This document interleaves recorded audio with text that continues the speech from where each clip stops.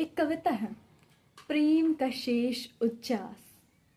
कभी जो प्रेम मेरे द्वार आया था, वो वसंत सा नहीं, किसी शरद संध्या की सुनहरी धूप था।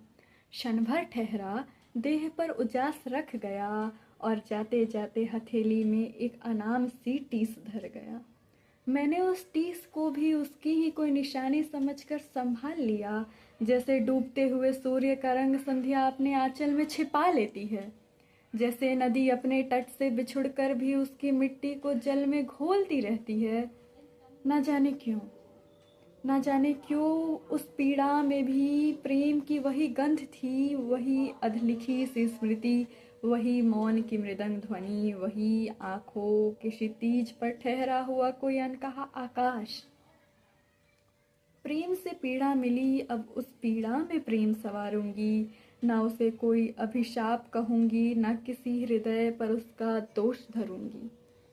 मैं तो उस पीड़ा के कनकन में प्रेम का पुनर्जन्म देखूंगी और उसे अपनी आत्मा का अलंकार बनाऊंगी।